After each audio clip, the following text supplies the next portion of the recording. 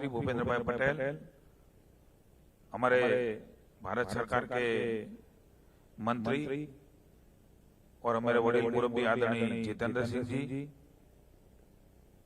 Chief secretary Gujarat, secretary Bharat सरकार, सम्मानित मंच,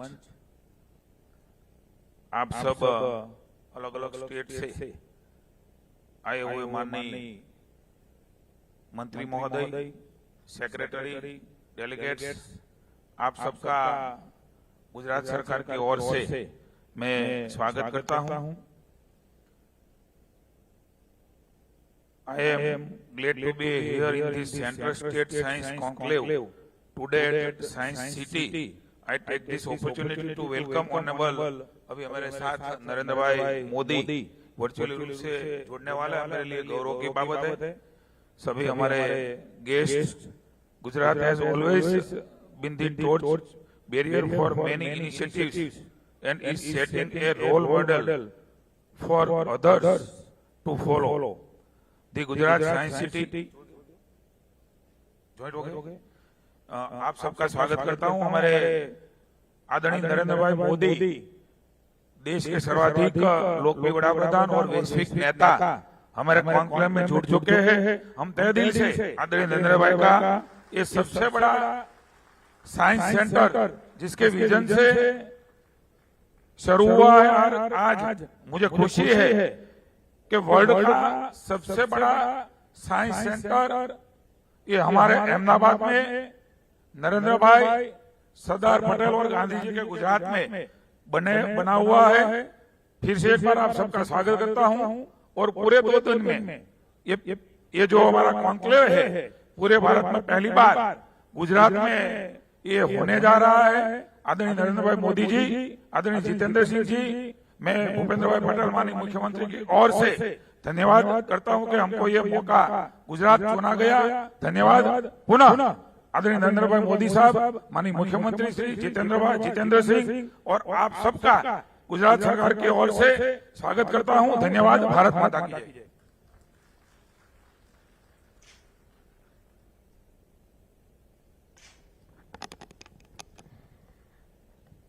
Thank you so much, sir. Moving ahead, may I now request and invite Dr. Jitendra Singh Ji, Honorable Union Minister of Science and Technology, Earth Sciences Department of Atomic Energy and Space, to please welcome us all.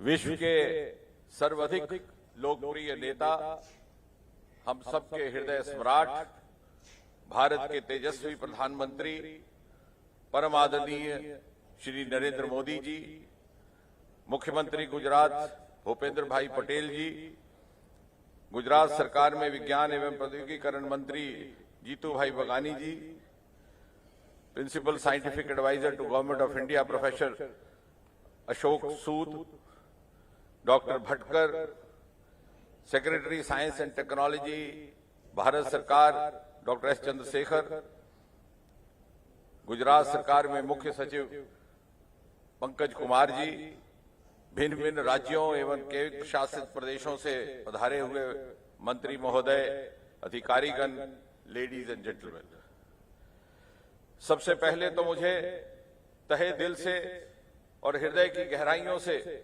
आभार प्रकट करना है आदरणीय प्रधानमंत्री जी का। अपने बहुमूल्य समय में से कुछ एक क्षण निकाल करके उन्होंने इस 2 दिवसीय सम्मेलन का उद्घाटन कर हम सबका हौसला बढ़ाया है। हम सब जानते हैं प्रधानमंत्री जी ने निरंतर विज्ञान, नवाचार, इनोवेशन को सर्वोच्च प्राथमिकता दी है और उसका नतीजा ये है कि आज हिंदुस्तान के घर घर में टेक्नोलॉजी प्रवेश कर चुकी है। और ये इसलिए संभव हुआ प्रधानमंत्री जी कि आपने अनेकों ऐसे ऐतिहासिक निर्णय लिए जिनको लेने का शायद पिछली सरकारों में साहस ना था। ये आप ही के कार्यकाल में संभव हुआ कि अंतरिक्ष विभाग पब्लिक प्राइवेट पार्टिसिपेशन के लिए खोल दिया गया। आज वो गगनयान की तैयारी कर रहे हैं। ये आप ही के कार्यकाल में संभव हुआ कि परमाणु ऊर्जा विभाग जॉइंट वेंचर्स की अनुमति प्राप्त कर नए संस्थान खोलने में लग गया। ये आप ही के कार्यकाल में संभव हुआ कि बायोटेक्नोलॉजी विभाग ने दुनिया का सबसे पहला डीएनए वैक्सीन इजाद करके विश्व भर को उपलब्ध करवाया। ये आप ही के कार्यकाल में संभव हुआ कि पृथ्वी विज्ञान मंत्रालय ने डीप ओशन मिशन प्रारंभ करके भारत के 7,500 किलोमीटर लंबे समुद्र तट के साथ बसे सागर के भीतर की अपार संपत्ति को खोजने का काम शुरू किया। और ये भी आप ही के कार्यकाल में संभव हुआ कि मात्र 350 स्टार्टअप्स की संख्या बढ़कर के 75,000 का आंकड़ा पार कर गई और हिंदुस्तान को दुनिया के पहले 3 स्टार्टअप इकोसिस्टम्स में शुमार किया गया। और आज भी आप ही की प्रेरणा से इस प्रकार की कॉन्फ्रेंस, इस प्रकार के सम्मेलन का आयोजन किया जा रहा है। इस 2 दिवसीय सम्मेलन अपने में अनोखा केवल इसलिए नहीं कि इसमें प्रत्येक राज्य और केंद्र शासित प्रदेश का प्रतिनिधित्व है, बल्कि इसलिए भी कि इसको एक अलग स्वरूप देने का प्रयास है। अलग अलग सत्र, थीम बेस्ड सेशंस होंगे। भारत एक बहुमुखी देश है। प्रत्येक राज्य की परिस्थिति अलग, प्रत्येक राज्य की जरूरत भी अलग। किस राज्य में किस टेक्नोलॉजी का उपयुक्तता से प्रयोग हो सकता है, उसको लेकर के केंद्र और प्रदेश मिल बैठ करके मंथन करें। एक इंटेग्रेटेड अप्रोच से, साइलोज से बाहर निकल करके एक नई कार्यशैली का पालन करते हुए ऐसा करने का प्रयास किया जाएगा। और फिर इसी अनुभव को लेकर के आने वाले सालों में बारी बारी से भिन्न भिन्न राज्यों में इस प्रकार के सम्मेलन आयोजित करने का प्रयास रहेगा। साथ ही साथ इस सम्मेलन से जो निष्कर्ष अथवा कंक्लूजन्स निकलेंगे, उनके आधार पर यदि आवश्यकता हुई तो छोटी छोटी ज्वाइंट कमेटीज, वर्किंग कमेटीज अथवा टोलियां, समितियां फॉलोअप के लिए भी गठित की जा सकती हैं। और इसके अतिरिक्त आप ही के द्वारा अमृतकाल के आह्वान को मद्देनजर रखते हुए प्रत्येक प्रदेश में युवा वैज्ञानिक, युवा प्रतिभाओं को कैसे बढ़ावा दिया जा सके, इसको लेकर भी केंद्र और प्रदेश मिल बैठ करके योजना बनाएंगे, विचार करेंगे, ताकि अगले 25 वर्ष ये युवा अपनी पूरी ऊर्जा के साथ देश की सेवा को समर्पित हो सके और 2047 के भारत के निर्माण में, आपके सपनों के शताब्दी भारत के निर्माण में अपनी भूमिका अनुकूलता के साथ निभा सके। मुझे और कुछ नहीं कहना, हम सब मुंतजर है आपके संबोधन के लिए। एक बार पुनः बहुत बहुत धन्यवाद, बहुत बहुत शुक्रिया।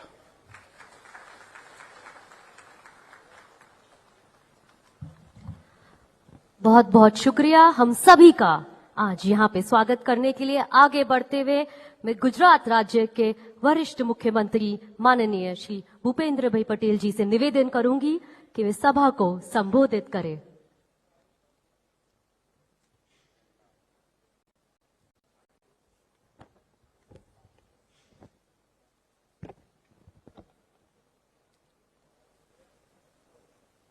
गुजरात राज्य के आर्थिक पाटनगर अहमदाबाद में आयोजित सेंटर स्टेट साइंस कॉन्क्लेव में हमारे बीच वर्चुअली माध्यम से उपस्थित आत्मनिर्भर भारत के प्रणेता एवं देश के जनप्रिय तपस्वी प्रधानमंत्री श्री नरेंद्र भाई मोदी साहब, केंद्रीय साइंस एवं टेक्नोलॉजी मंत्री श्री जितेंद्र सिंह जी, गुजरात राज्य के साइंस टेक्नोलॉजी एवं शिक्षा मंत्री श्री जीतूभाई वाघाणी जी, नीति आयोग के सदस्य श्री वी.के. सारस्वत जी, भारत सरकार के principal scientific adviser Shri doctor A K. Sood ji, Bharat सरकार के साइंस टेक्नोलॉजी सचिव श्री डॉक्टर चंद्रशेखर, गुजरात राज्य के मुख्य सचिव श्री पंकज कुमार, सब अधिकारीगण, प्रेस मीडिया के उपस्थित सब अतिथिगण, प्रेस मीडिया जगत के सब मित्र,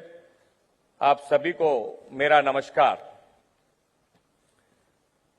science technology and innovation vision 2047 में अग्रसर बने रहने के लिए यह सेंटर स्टेट साइंस कॉन्क्लेव का आयोजन किया गया है।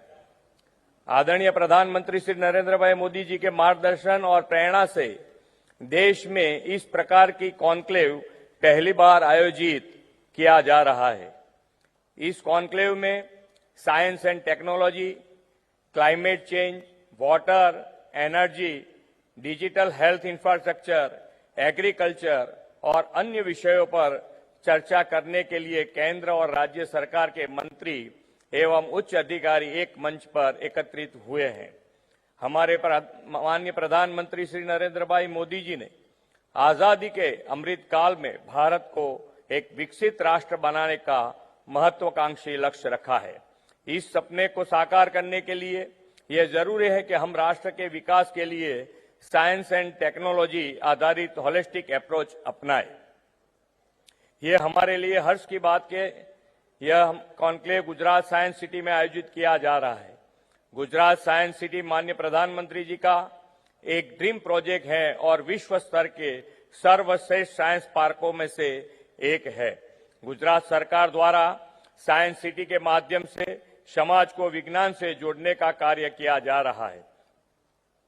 हमारी सरकार विज्ञान विषय के प्रसार और लोकप्रियता के लिए कई साहसिक कदम उठा रही है। जुलाई 2021 में साइंस सिटी के इस परिसर में नई एक्वाटिक गैलरी, रोबोटिक गैलरी और नेचर पार्क का उद्घाटन माननीय प्रधानमंत्री श्री नरेंद्र भाई मोदी जी के कर कमलों से किया गया है। इन नए आकर्षणों के आरंभ के बाद एक वर्ष में लगभग 12 लाख से अधिक लोगों ने साइंस सिटी की मुलाकात ली है। माननीय प्रधानमंत्री जी के विजन को साकार करने के लिए राज्य में साइंस एंड टेक्नोलॉजी को बढ़ावा देने के लिए गुजरात सरकार भारी निवेश कर रही है। माननीय प्रधानमंत्री जी के इस ड्रीम प्रोजेक्ट साइंस सिटी में लगातार नई नई एक्टिविटीज और आकर्षणों को हम जोड़ रहे हैं। साइंस सिटी में एस्ट्रोनॉमी और स्पेस साइंस गैलरी तथा human and biological science gallery सहित नई गैलरियों का विकसित कर रहे हैं। विज्ञान की लोकप्रियता और जनसंचार केवल अब अहमदाबाद के इस साइंस सिटी तक सीमित नहीं है। पिछले ही महीने 28 अगस्त को माननीय प्रधानमंत्री जी ने भुज में रीजनल साइंस सेंटर का शुभारंभ किया है। यह सेंटर इस सीमा के क्षेत्र के विद्यार्थी, शिक्षकों और आम जनता को विज्ञान के प्रति जागरूक बनाएगा। इसके अलावा राजकोट और भावनगर में भी रीजनल साइंस सेंटर तैयार किया जा रहा है। आदरणीय प्रधानमंत्री श्री नरेंद्र भाई मोदी की प्रेरणा से गुजरात पॉलिसी ड्रिवन स्टेट के रूप में उभरा है। हमने IT and ITs policy, semiconductor policy, biotechnological policy, drone policy जैसी पहल भी की है। हमने यूनिवर्सिटी ऑफ एडबर्न के साथ मिलकर गुजरात बायोटेक्नोलॉजी यूनिवर्सिटी की स्थापना की है। Gujarat biotechnological research centre biotechnology और बायो इंफॉर्मेशन क्षेत्र में भी रिसर्च एंड डेवलपमेंट में सराहनीय कार्य कर रहा है। सिस्मिक साइंस पर सबसे उन्नत एडवांस रिसर्च करने के लिए राज्य सरकार द्वारा इंस्टीट्यूट ऑफ सिस्मोलॉजिकल रिसर्च की भी स्थापना की गई है। माननीय प्रधानमंत्री श्री नरेंद्र भाई मोदी जी के नेतृत्व में गुजरात की हमारी सरकार युवा पीढ़ी के लिए राज्य में ज्ञान आधारित साइंस एंड टेक्नोलॉजी इकोसिस्टम का निर्माण कर रही है। साथ ही हमारी डबल इंजन सरकार में एम्प्लॉयमेंट जनरेशन एंड इनोवेशन को भी प्रोत्साहन दिया जा रहा है। मुझे ये बताते हुए गर्व हो रहा है कि भारत के स्टार्टअप रैंकिंग में गुजरात पिछले 3 सालों से लगातार प्रथम नंबर पर रहा है। Gujarat science and technology sector में देश का रोल मॉडल बनने कृत संकल्प है। फिर एक बार आप सभी का गुजरात में स्वागत करते हुए आशा करता हूं यह कॉन्क्लेव राज्य और राष्ट्र के सर्वांगी विकास के लिए हमें प्रेरित करेगा। धन्यवाद। भारत माता की जय। वंदे मातरम। जय जय गरवी गुजरात।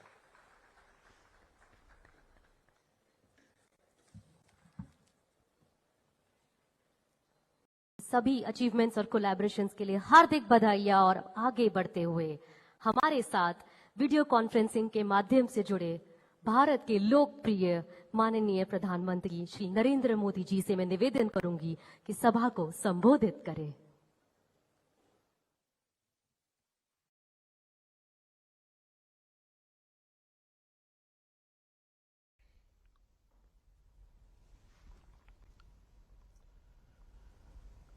गुजरात के लोकप्रिय मुख्यमंत्री श्री भूपेंद्र भाई पटेल, केंद्रीय मंत्रिमंडल में मेरे साथी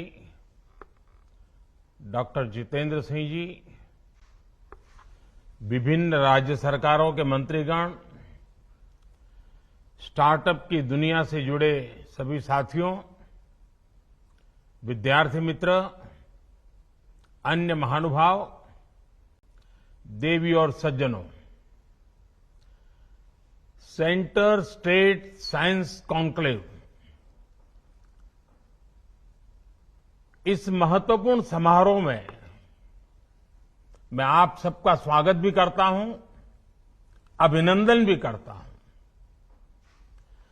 आज के नए भारत में सबका प्रयास की जिस भावना को लेकर हम चल रहे हैं, ये आयोजन उसका एक जीवंत उदाहरण है।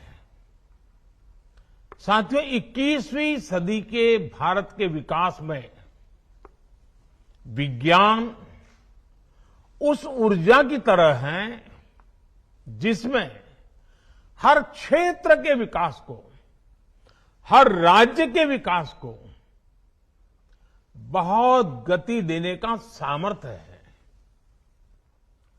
आज जब भारत चौथी औद्योगिक क्रांति का नेतृत्व करने की तरफ बढ़ रहा है, तो उसमें भारत की साइंस और इस क्षेत्र से जुड़े लोगों की भूमिका बहुत अहम है।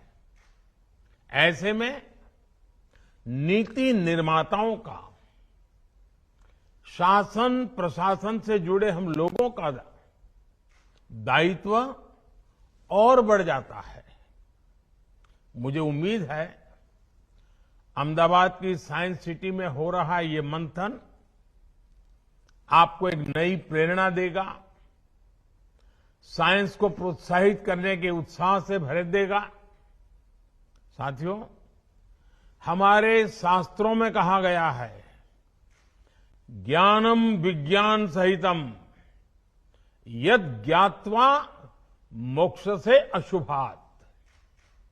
अर्थात ज्ञान जब विज्ञान के साथ जुड़ता है, जब ज्ञान और विज्ञान से हमारा परिचय होता है, तो संसार की सभी समस्याओं और संकटों से मुक्ति का रास्ता अपने आप खुल जाता है। समाधान का, सॉल्यूशन का, इवोल्यूशन का और इनोवेशन का आधार विज्ञान ही है। इसी प्रेरणा से आज का नया भारत जय जवान, जय किसान, जय विज्ञान के साथ ही जय अनुसंधान का आह्वान करते हुए आगे बढ़ रहा है। साथियों, बीते समय का एक अहम पक्ष है जिसकी ओर मैं आपका ध्यान दिलाना चाहता हूं।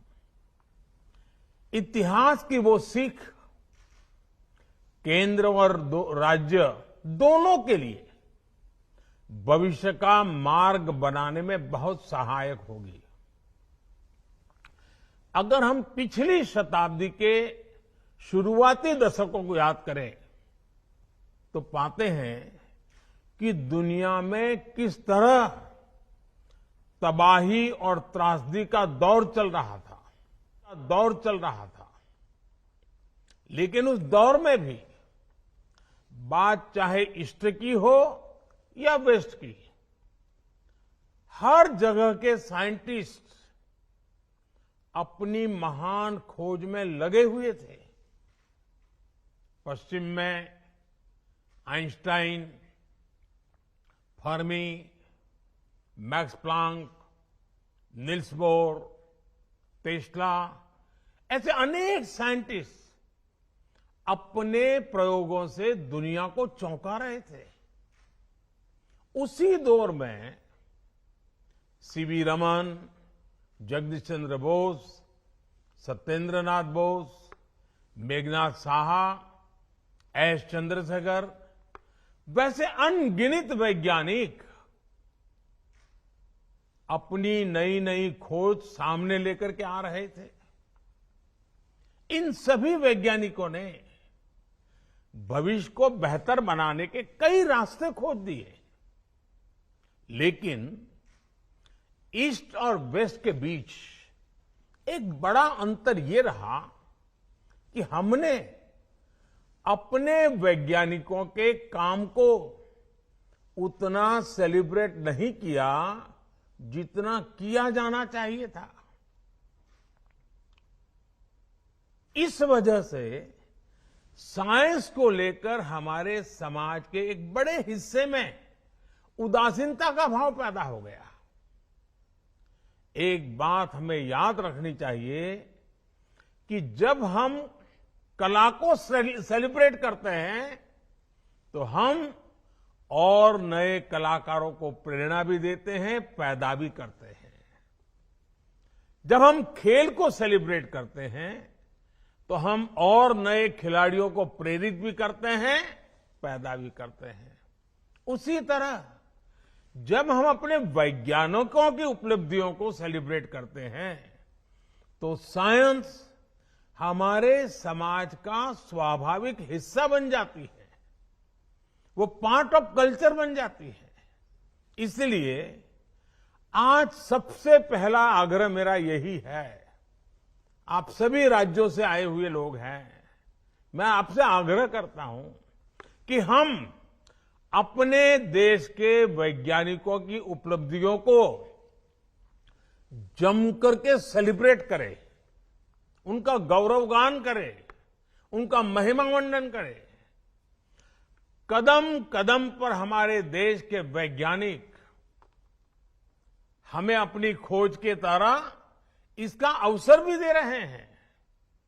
आप सोचिए, आज भारत अगर कोरोना की वैक्सीन विकसित कर सका है, 200 करोड़ से ज्यादा वैक्सीन डोज लगा सका है, तो उसके पीछे हमारे वैज्ञानिकों की कितनी बड़ी ताकत है। ऐसे ही आज हर क्षेत्र में भारत के वैज्ञानिक कमाल कर रहे हैं। भारत के वैज्ञानिकों की हर छोटी बड़ी उपलब्धि को सेलिब्रेट करने से देश में साइंस के प्रति जो रुझान पैदा होगा वो इस अमृत काल में हमारी बहुत मदद करेगा। साथियों, मुझे खुशी है कि हमारी सरकार साइंस बेस्ड डेवलपमेंट की सोच के साथ आगे बढ़ रही है।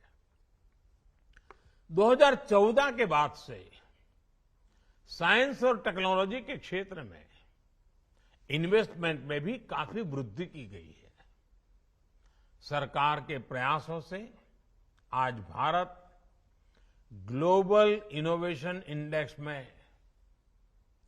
46वें स्थान पर है, 46, जबकि 2015 में भारत 81 नंबर पर था, 81। इतने कम समय में हम 81 से 46 तक आए हैं, लेकिन यहां रुकना नहीं है, अभी और ऊपर जाना है। आज भारत में रिकॉर्ड संख्या में पेटेंट हो रहे हैं, नए नए इनोवेशन हो रहे हैं। आप भी देख रहे हैं कि आज इस कॉन्क्लेव में इतने सारे स्टार्टअप साइंस के सेक्टर से हमारे यहां आए हैं। देश में स्टार्टअप की लहर बता रही है कि बदलाव कितनी तेजी से आ रहा है। साथियों, आज की युवा पीढ़ी के डीएनए में ही साइंस, टेक्नोलॉजी और इनोवेशन उसके प्रति रुझान है। वो बहुत तेजी से टेक्नोलॉजी को अडॉप्ट करता है।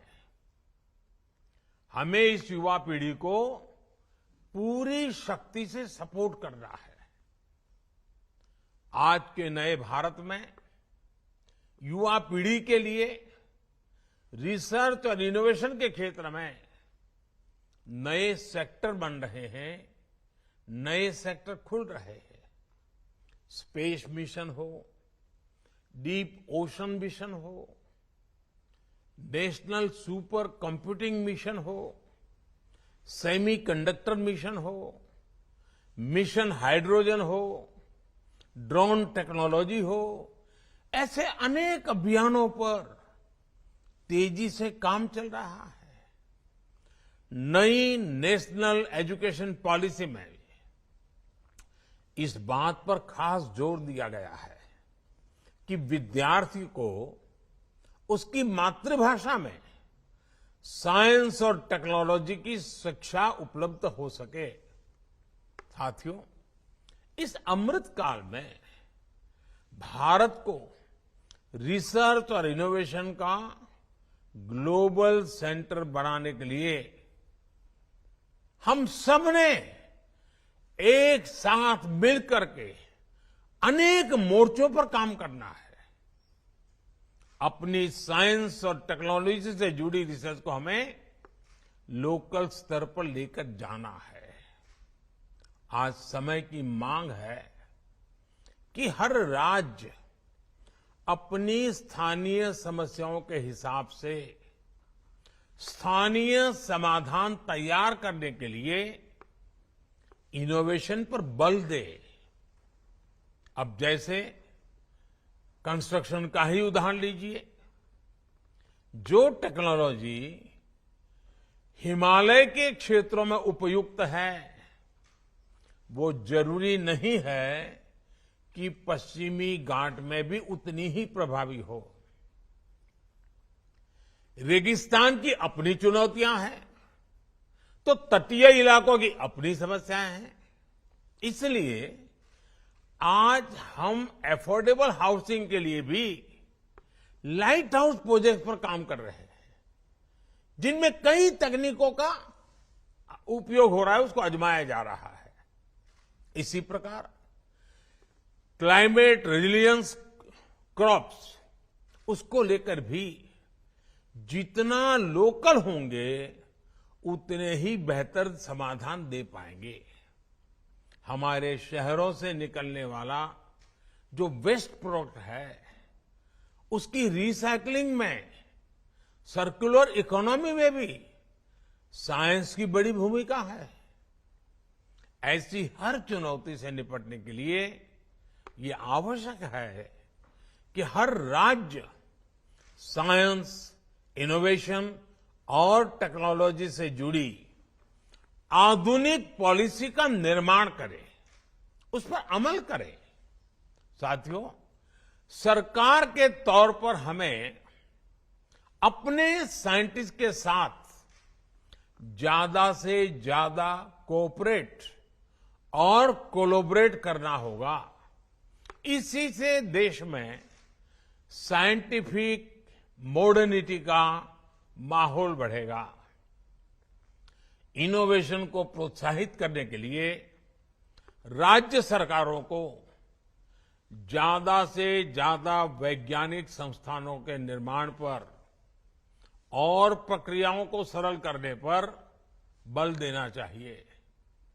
राज्यों में जो उच्च शिक्षा के संस्थान है, उनमें इनोवेशन लैब्स की संख्या भी बढ़ाई जानी चाहिए। आजकल हाइपर स्पेशलाइजेशन का दौर चल रहा है। राज्यों में अंतर्राष्ट्रीय स्तर की स्पेशलिस्ट लेबोरेटरीज की स्थापना की जा रही है। उसकी आवश्यकता भी बहुत है। इसमें केंद्र के स्तर पर, राष्ट्रीय संस्थानों के एक्सपर्टाइज के स्तर पर राज्यों ही हर तरह से मदद के लिए हमारी सरकार तत्पर है। स्कूलों में साइंस की आधुनिक लैब्स के साथ साथ अटल टिंकरिंग लैब्स के निर्माण के अभियान को भी हमें तेज करना है। साथियों, राज्यों में राष्ट्रीय स्तर के अनेक वैज्ञानिक संस्थान होते हैं, नेशनल लेबोरेटरीज भी होती है। इनमें के सामर्थ्य का लाभ, इनकी एक्सपर्टाइज का पूरा लाभ भी राज्यों को उठाना चाहिए। हमें अपने साइंस से जुड़े संस्थानों को साइलोज की स्थिति से भी बाहर निकालना होगा। राज्य के सामर्थ्य और संसाधनों के बेहतर इस्तेमाल के लिए सभी वैज्ञानिक संस्थानों का ऑप्टिमम यूटिलाइजेशन उतना ही आवश्यक है। आपको अपने राज्य में ऐसे कार्यक्रमों की संख्या में भी वृद्धि करनी चाहिए जो ग्रासरूट लेवल पर साइंस और टेक्नोलॉजी को लेकर हम सबको आगे बढ़ाते हो। लेकिन इसमें भी हमें एक बात का ध्यान रखना है। अब जैसे कई राज्यों में साइंस मेले होते हैं, साइंस फेस्टिवल होता है, लेकिन ये भी सच है कि उसमें बहुत सारे स्कूल हिस्सा ही नहीं लेते हैं। हमें इसके कारणों पर काम करना चाहिए। ज्यादा से ज्यादा स्कूलों को साइंस फेस्टिवल का हिस्सा बनाना चाहिए। आप सभी मंत्री साथियों को मेरा ये भी सुझाव है कि अपने राज्य के साथ ही दूसरे राज्यों के साइंस करिकुलम पर भी बारीक नजर रखें। दूसरे राज्यों में जो कुछ अच्छा है उसे आप अपने यहां दोहरा सकते हैं। देश में साइंस को बढ़ावा देने के लिए हर राज्य में साइंस और टेक्नोलॉजी से जुड़े इंफ्रास्ट्रक्चर का निर्माण भी उतना ही आवश्यक है। साथियों, भारत का रिसर्च और इनोवेशन इकोसिस्टम दुनिया में श्रेष्ठ हो, अमृत काल में हमें इसके लिए पूरी ईमानदारी के साथ जुटना है। इस दिशा में ये कॉन्क्लेव सार्थक और समयबद्ध समाधानों के साथ सामने आएगी। इसी शुभकामना के साथ आप सभी का बहुत बहुत अभिनंदन करता हूं और मुझे विश्वास है कि आपके इस मंथन से विज्ञान की गति प्रगति में नए आयाम जुड़ेंगे, नए संकल्प जुड़ेंगे और हम सब मिलकर के आने वाले दिनों में जो हमारे सामने अवसर है उस अवसर को गंवाने नहीं देंगे। किसी भी हालत में अवसर जाना नहीं चाहिए। बड़े मूल्यवान 25 साल हमारे पास है। ये 25 साल हैं जो विश्व में भारत की एक नई पहचान, नई ताकत, नया सामर्थ्य के साथ भारत को खड़ा कर देगा। और इसलिए साथियों, आपका ये समय सच्चे अर्थ में आपके राज्य के विज्ञान और टेक्नोलॉजी के क्षेत्र में बल देने वाला बनना चाहिए। मुझे विश्वास है आप इस मंथन से वो अमृत निकाल के जाएंगे जो अमृत आपके अपने अपने राज्य में अनेक नए अनुसंधानों के साथ देश की प्रगति में जुड़ेगा। बहुत बहुत शुभकामनाएं, बहुत बहुत धन्यवाद।